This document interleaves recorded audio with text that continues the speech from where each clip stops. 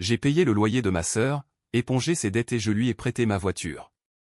Mais quand elle l'a accidentée, elle a appelé la police pour me dénoncer. Même mes parents ont soutenu ces mensonges, alors j'ai porté plainte et j'ai coupé les ponts avec eux. J'ai 32 ans. J'ai passé la majeure partie de ma vie d'adulte à réparer les pots cassés de ma sœur cadette, Jessica, à colmater ses erreurs, à régler ses factures et à intervenir chaque fois qu'elle réussissait à tout gâcher, ce qu'elle faisait tout le temps. Jessica avait 26 ans, mais se comportait comme si elle en avait 16. Elle n'avait jamais eu d'emploi stable, n'avait jamais mis un sou de côté et n'avait jamais appris à prendre ses responsabilités. D'une manière ou d'une autre, c'était devenu mon problème. Nos parents, David et Linda, avaient décidé il y a longtemps que Jessica était trop fragile pour le monde réel. Maman disait toujours qu'elle était une âme libre qui avait besoin de temps pour trouver sa voie. Papa, lui, refusait tout simplement de s'en occuper. Alors, quand elle a abandonné ses études et est revenue vivre chez eux, ils en ont fait ma responsabilité. Michael, tu es l'aîné. Tu as toujours été le plus responsable. Jessica a juste besoin d'un petit coup de pouce, c'est tout. Elle finira par grandir. Ce petit coup de pouce s'est transformé en année de saignée financière. J'ai payé son loyer quand elle ne pouvait pas le faire. J'ai remboursé ses dettes de carte bancaire quand elle les avait épuisées en vêtements et en week-end à Deauville. J'ai payé son assurance automobile parce qu'elle oubliait. Et à chaque fois, je me disais, c'est ma sœur. Elle finira par se ressaisir. Elle ne l'a jamais fait. Et cette fois, elle était allée trop loin. Tout a commencé par un SMS, court, désinvolte, comme si elle n'avait rien fait de mal. Jessica, j'ai pris ta voiture pour le week-end. Tu ne l'utilisais pas, de toute façon, n'est-ce pas? Je fixais mon téléphone, les mots n'arrivaient pas à percuter. Ma voiture, celle pour laquelle je faisais des heures supplémentaires, celle pour laquelle je payais des mensualités. Je l'ai appelée immédiatement, le cœur battant à tout rompre. Qu'est-ce que tu veux dire par « tu as pris ma voiture » ai-je demandé, la voix serrée. Jessica a soupiré comme si c'était moi qui étais difficile. Détends-toi, Mika. C'est juste pour le week-end. On monte au chalet, tu te souviens. Je n'ai jamais dit que tu pouvais prendre ma voiture. Tu n'étais même pas à la maison. C'est quoi le problème? J'ai serré les dents. Le problème, c'est que ce n'est pas la tienne. Mais avant que je puisse protester, elle avait déjà raccroché. À ce moment-là, j'aurais dû aller voir mes parents, mais je savais ce qu'ils diraient. Michael, ce n'est qu'une voiture. C'est ta sœur. Pourquoi es-tu toujours si égoïste? Ce n'est pas comme si elle l'avait volée. Elle l'emprunte. J'ai laissé couler. J'aurais dû éviter ça. L'appel suivant est arrivé à 2 heures du matin, me tirant d'un sommeil profond. Jessica était en pleurs. Mika, j'ai eu un accident. Je me suis redressé si vite que ma tête a tourné. Tu vas bien? Je crois que oui, mais la voiture. Elle a inspiré bruyamment. Elle était pave. J'ai à peine entendu le reste. Tout devenait flou. Ma voiture, ma responsabilité. Elle continuait de parler, la voix tremblante. Mika, il faut que tu viennes. Les flics, ils sont tellement injustes. Dis-leur juste que tout va bien, d'accord? Elle voulait que je la couvre encore. J'ai pris une profonde inspiration, mes doigts se crispant sur le téléphone. Non, ai-je dit.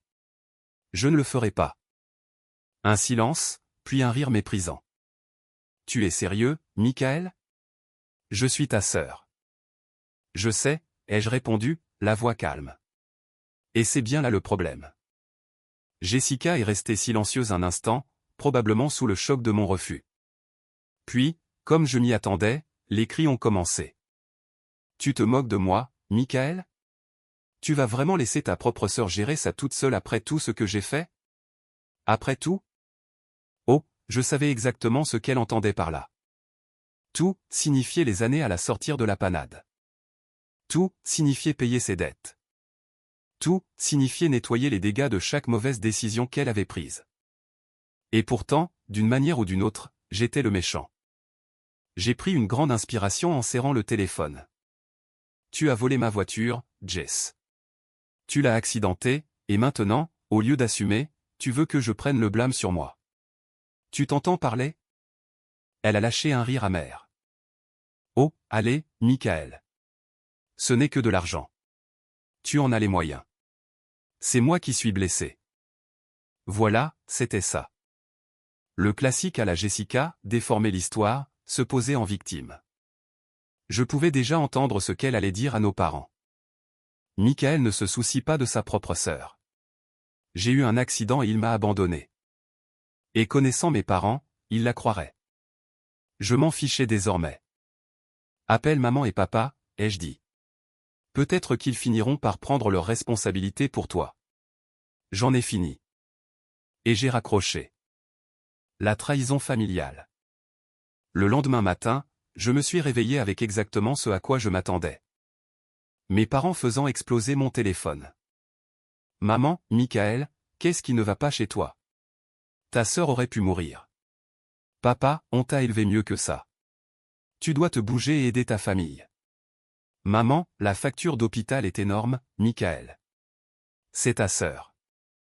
J'ai regardé les messages, ressentant quelque chose que je n'avais jamais ressenti auparavant. Pas de culpabilité, pas de frustration, juste de l'épuisement. J'ai ignoré les SMS. J'ai ignoré les appels. J'ai tout ignoré jusqu'à ce que mon père débarque à mon appartement. J'ai ouvert la porte et il était là, les bras croisés, le visage crispé par la colère. Habille-toi, a-t-il ordonné. On va à l'hôpital maintenant. J'ai failli rire. Non, nous n'irons pas. Les yeux de mon père se sont plissés. Michael, tu te comportes comme un gamin égoïste. Ta sœur a besoin de toi. J'ai croisé les bras. Tu veux dire qu'elle a besoin de mon argent? Il n'a même pas scié. C'est la famille, Michael. On ne tourne pas le dos à sa famille. J'ai expiré lentement. C'est drôle comme ça ne s'applique que lorsque c'est moi qui donne et Jessica qui prend. La mâchoire de mon père s'est contractée. Tu rends les choses plus difficiles qu'elles ne le sont. Non, papa. Tu as rendu les choses difficiles le jour où tu as décidé que la vie de Jessica était ma responsabilité plutôt que la tienne. C'est ta fille. Pourquoi ne paies-tu pas ses factures médicales? Nous n'avons pas cet argent, a-t-il lâché. Ah, voilà. La vraie raison pour laquelle j'avais cette conversation. J'ai incliné la tête. Mais moi je l'ai, n'est-ce pas? C'est de ça dont il s'agit. C'est toujours une question d'argent avec vous. Le visage de mon père est devenu rouge. Michael, c'est ta dernière chance. Soit tu nous aides, soit tu es exclu de cette famille. J'ai ri, un vrai rire sincère. Exclu de cette famille? Papa, je n'en ai jamais fait partie. J'étais juste le fonds d'urgence que vous culpabilisiez pour maintenir la maison à flot. J'ai reculé et j'ai saisi la porte. Bonne chance avec Jessica, ai-je dit en le regardant droit dans les yeux. Parce que j'en ai fini. Et sur ce, j'ai refermé la porte au nez. 2 jours de silence, pas un seul appel, pas un seul message. J'aurais dû me sentir soulagé. J'étais enfin libre. Plus de virements de dernière minute sur le compte de Jessica. Plus de chantages affectifs de maman. Plus de « Michael, sois un bon frère ». Mais quelque chose clochait. Jessica n'était pas du genre à se laisser faire. Et le 3e jour, mon monde a explosé. Les coups à la porte. Il était 7 heures du matin quand j'ai entendu frapper violemment à ma porte d'entrée. J'ai ouvert, encore dans le brouillard, pour trouver 2 policiers en uniforme sur mon palier. « Michael Carter » a demandé l'un d'eux. Mon estomac s'est noué. Oui. Le policier plus grand a sorti un carnet. Nous devons vous parler concernant une déclaration de véhicule volé. Mon sang s'est glacé. Volé. Quoi? Le visage du policier est resté impassible. Votre sœur, Jessica Carter, affirme que vous avez volé sa voiture, que vous l'avez accidentée et que vous l'avez abandonnée sur les lieux. Pendant une seconde, j'ai ri. Pardon? Ma voiture, celle que j'ai payée. Celle qu'elle a prise sans demander. Le policier n'a pas réagi. Avez-vous une preuve de propriété? Je l'ai dévisagée. Bien sûr que j'avais la preuve. La carte grise était à mon nom, mais ce n'était pas ça qui me secouait. C'était l'audace pure.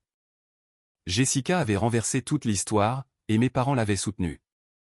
Elle a également mentionné que vous l'aviez menacée, a poursuivi le policier en consultant ses notes. Qu'après l'accident, vous aviez refusé de l'aider, l'aviez laissé en plan et lui aviez dit qu'elle le regretterait. Mes mains se sont serrées en poing. C'est un mensonge éhonté. Le policier a jeté un coup d'œil à son partenaire. Alors cela ne vous dérangera pas de venir au commissariat pour éclaircir les choses. J'arrivais à peine à respirer. Jessica n'avait pas seulement essayé de me faire culpabiliser cette fois. Elle avait essayé de me détruire. L'interrogatoire au commissariat. J'ai été conduit dans une petite pièce froide. Les néons bourdonnaient. La chaise en métal était inconfortable. Je sentais mon cœur marteler ma poitrine. Un autre policier était assis en face de moi, un dossier à la main. « Michael, commençons par le début », a-t-il dit. « Racontez-moi ce qui s'est passé ce soir-là. » J'ai tout raconté. La voiture volée, l'accident, l'appel de 2 heures du matin, la façon dont Jessica avait exigé que je la couvre, la façon dont mes parents avaient pris son parti. Le policier a hoché la tête lentement, prenant des notes. « Avez-vous des preuves de tout cela ?» Mes doigts tremblaient. Oui. J'ai sorti mon téléphone, j'ai fait défiler mes messages jusqu'à ce que je trouve le SMS original de Jessica, celui où elle admettait avoir pris ma voiture. J'ai fait glisser le téléphone sur la table. Lisez. Le policier l'a ramassé. Alors que ses yeux parcouraient l'écran, ses sourcils se sont levés. J'ai vu le moment où il a réalisé qu'elle mentait. Eh bien, a-t-il murmuré. C'est intéressant. Il a quitté la pièce un moment, et quand il est revenu, il avait une copie de la déposition de Jessica. J'ai failli rire. C'était tellement plein de mensonges. C'était pathétique. Elle prétendait que j'avais pris la voiture pendant qu'elle dormait, que j'avais bu et que j'avais causé l'accident, que je l'avais abandonnée sur le bord de la route et laissée seule face à la police. Et tout en bas, j'ai vu le pire, témoins, David et Linda Carter, parents, confirmant la version de Jessica. Mes propres parents avaient signé une déposition contre moi. Tout brûlé. Je me suis adossé à ma chaise, le cœur battant, mais ma voix était d'un calme mortel. Officier, je souhaite déposer ma propre plainte. Le policier a haussé un sourcil. Contre votre sœur? Oui. J'ai pris une grande inspiration et j'ai dit les mots qui allaient tout changer. Jessica Carter a volé mon véhicule. Je ne lui ai jamais donné la permission. Je veux porter plainte. Le policier a hésité. Vous êtes sûr de ça? Je n'avais jamais été aussi sûr de quelque chose de toute ma vie. Je veux porter plainte pour vol aggravé de véhicule. Et juste comme ça, la donne a changé. Les conséquences. Le temps que je rentre chez moi, les dégâts avaient déjà commencé. Mon téléphone était en feu avec les appels de mes parents. Maman, Michael, qu'as-tu fait? Papa, laisse tomber tout de suite. Tu es en train de ruiner la vie de Jessica. Maman, c'est ta sœur. La famille pardonne. Et enfin, un dernier message de Jessica elle-même. Jessica, tu es mort pour moi. J'ai fixé l'écran, le cœur battant. Puis j'ai souri. Pour la première fois de ma vie, je me sentais enfin libre. Je m'attendais au chaos, mais pas aussi vite. Lorsque la police a fini d'examiner ma plainte pour vol de véhicule, Jessica avait déjà sombré. Elle ne risquait pas seulement une petite tape sur les doigts. Elle faisait face à de vraies accusations criminelles. Le vol de voiture n'était pas une blague, et faire une fausse déclaration à la police non plus. Mais le vrai feu d'artifice a commencé quand elle a perdu la seule chose qui lui importait le plus, son emploi. La chute de Jessica commence. C'était le lendemain matin quand j'ai reçu l'appel, pas de Jessica, pas de mes parents, mais de son employeur. Monsieur Carter, ici Dana Fields de Hamilton & Company. J'ai cligné des yeux. Jessica travaillait pour Hamilton & Company. Pourquoi m'appelait-il? Oui, ai-je répondu prudemment. Dana s'est raclé la gorge. Nous vous appelons concernant une enquête en cours sur une employée, Jessica Carter.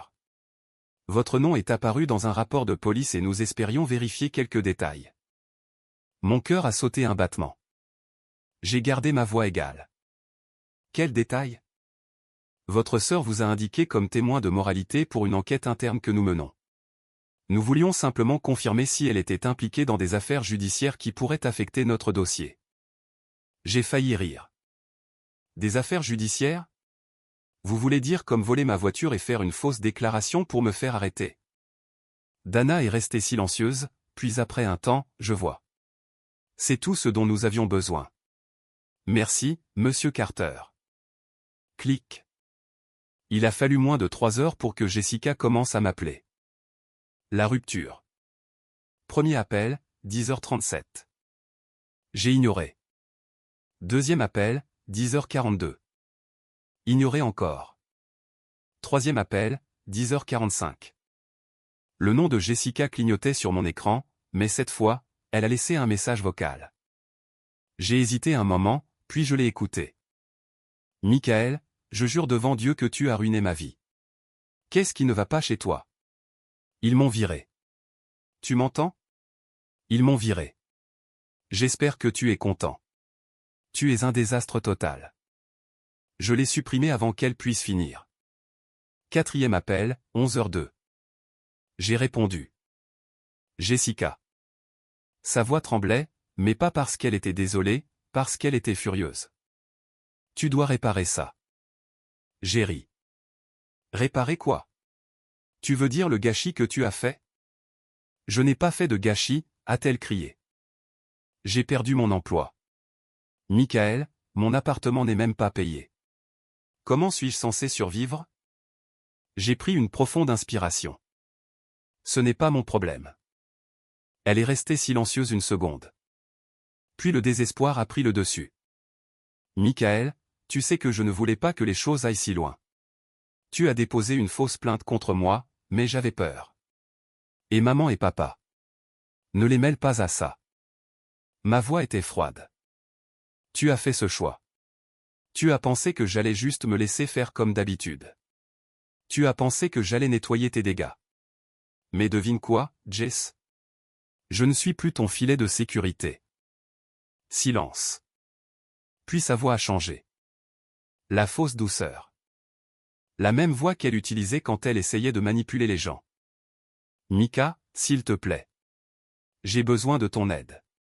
Je n'ai nulle part où aller. Ah, voilà. Elle voulait de l'argent. Jessica ne se souciait pas des dommages qu'elle avait causés. Elle n'était pas désolée. Elle avait peur. Peur parce que, pour la première fois, je ne me précipitais pas pour la sauver. J'ai laissé le silence s'étirer.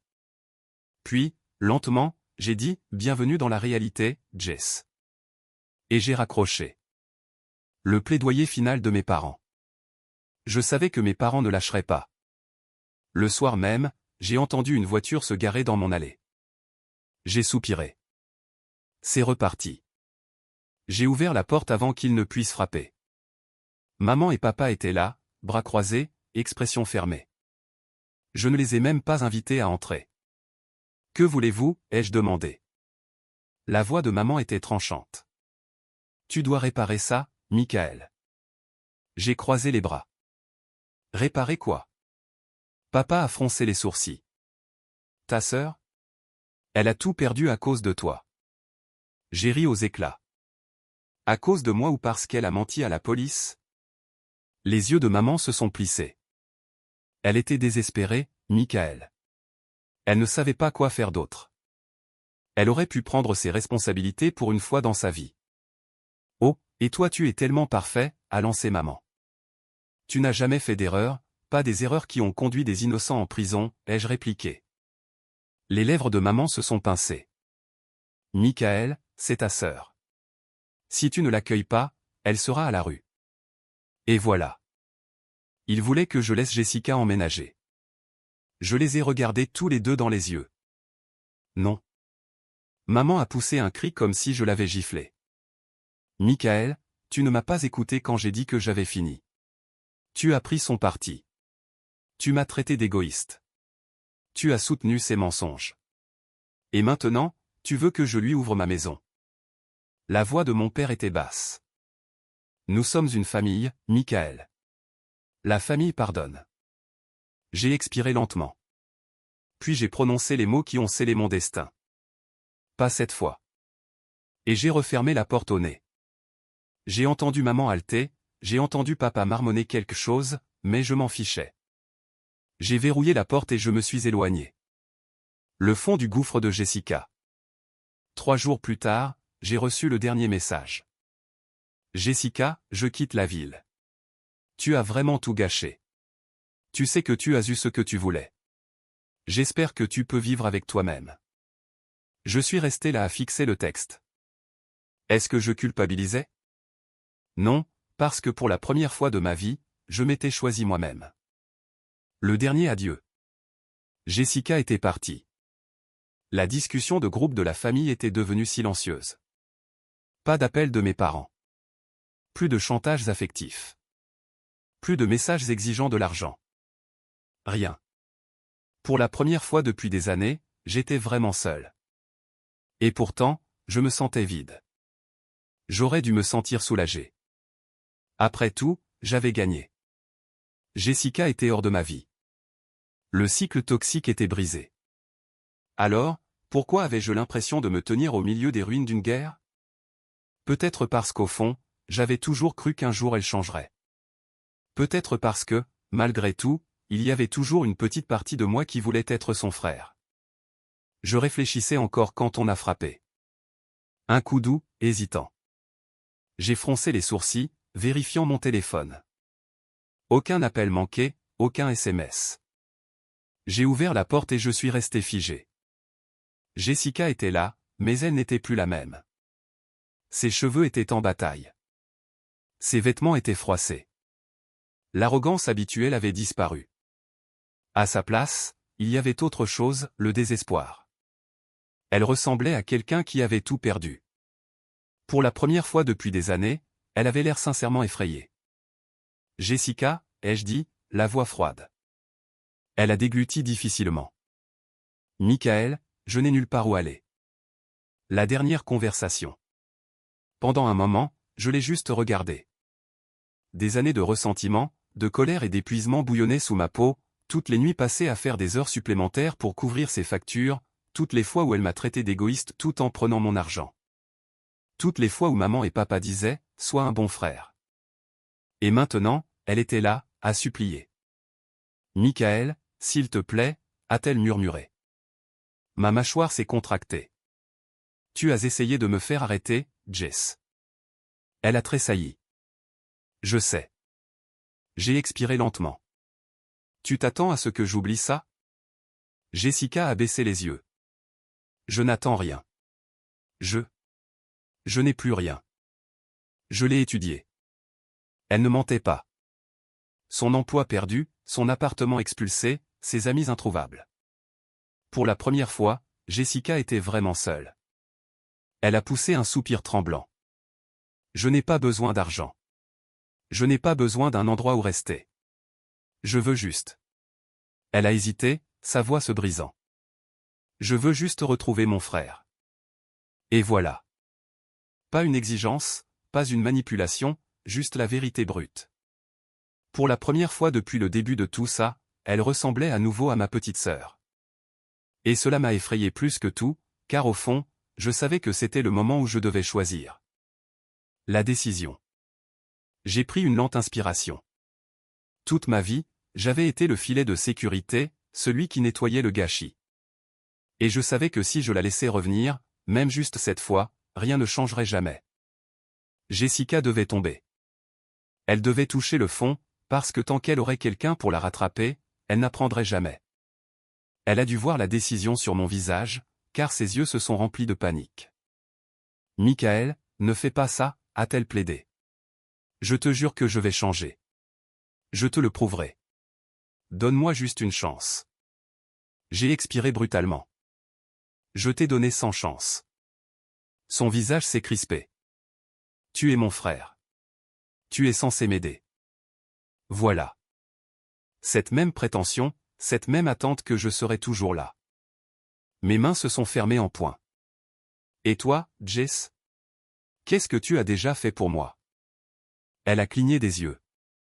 Quoi? Je suis sérieux. Que as-tu déjà fait pour moi? Je me suis approché. Tu as pris ma voiture. Tu l'as détruite. Tu as essayé de me faire arrêter.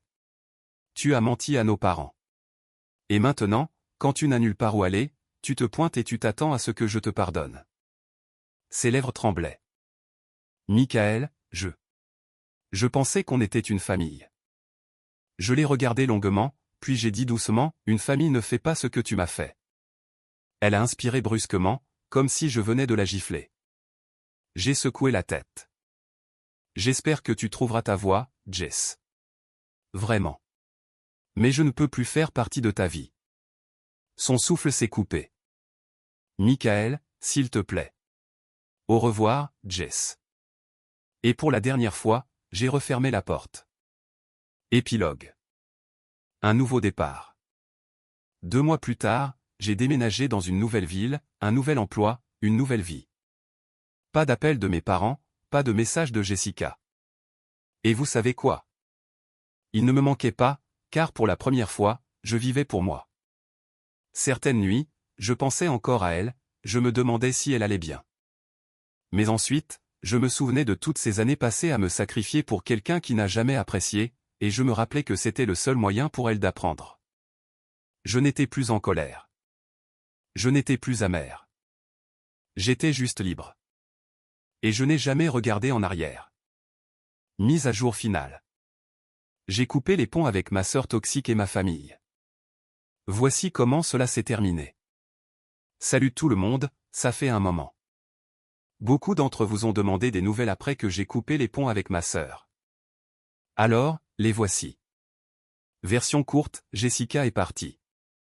Mes parents ne me parlent plus, et je ne me suis jamais senti aussi bien. Mais waouh, les réactions à mon histoire ont été folles. Certains d'entre vous ont pleinement soutenu ma décision, tandis que d'autres pensent que je suis un monstre sans cœur. Alors, parlons-en. À ceux qui m'ont soutenu, j'apprécie vraiment tout cet encouragement. Beaucoup d'entre vous ont partagé leurs propres histoires sur le fait de couper les ponts avec des membres de leur famille toxique, et cela m'a vraiment aidé à me sentir moins seul. Fixer des limites n'est jamais facile, surtout quand on est élevé dans l'idée que cela signifie sacrifice. Mais à un moment donné, vous devez vous demander, sacrifice pour qui et à quel prix? Jessica a eu des années pour changer. Elle a eu toutes les opportunités de prendre ses responsabilités. Mais au lieu de cela, elle a persisté, menti et essayé de détruire ma vie. Me choisir n'était pas égoïste. C'était nécessaire. Et honnêtement, la paix que je ressens maintenant est quelque chose que je n'aurais jamais cru possible. À ceux qui pensent que je suis allé trop loin, je vous entends.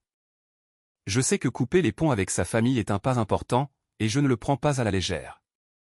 Certains pensent que j'aurais dû pardonner à Jessica, l'aider à se remettre sur pied, ou au moins essayer de réparer les choses avec mes parents. Mais ma question est, pourquoi le fardeau est-il toujours sur mes épaules? Pourquoi devrais-je être celui qui répare les choses alors que ce n'est pas moi qui les ai brisées? Pourquoi devrais-je pardonner à quelqu'un qui, non seulement m'a volé, mais a essayé de ruiner ma vie avec une fausse déposition? Pourquoi devrais-je continuer à donner des chances alors que chacune d'elles m'a été jetée au visage? À un moment donné, assez, c'est assez. Et j'ai atteint ce point. Aujourd'hui, Jessica est hors de ma vie. Aux dernières nouvelles, elle sautait d'un appartement d'amis à un autre avant de disparaître des réseaux sociaux. Mes parents sont toujours en colère contre moi. Ils ne m'ont pas parlé depuis que j'ai refusé de l'héberger. Je suis plus heureux que jamais.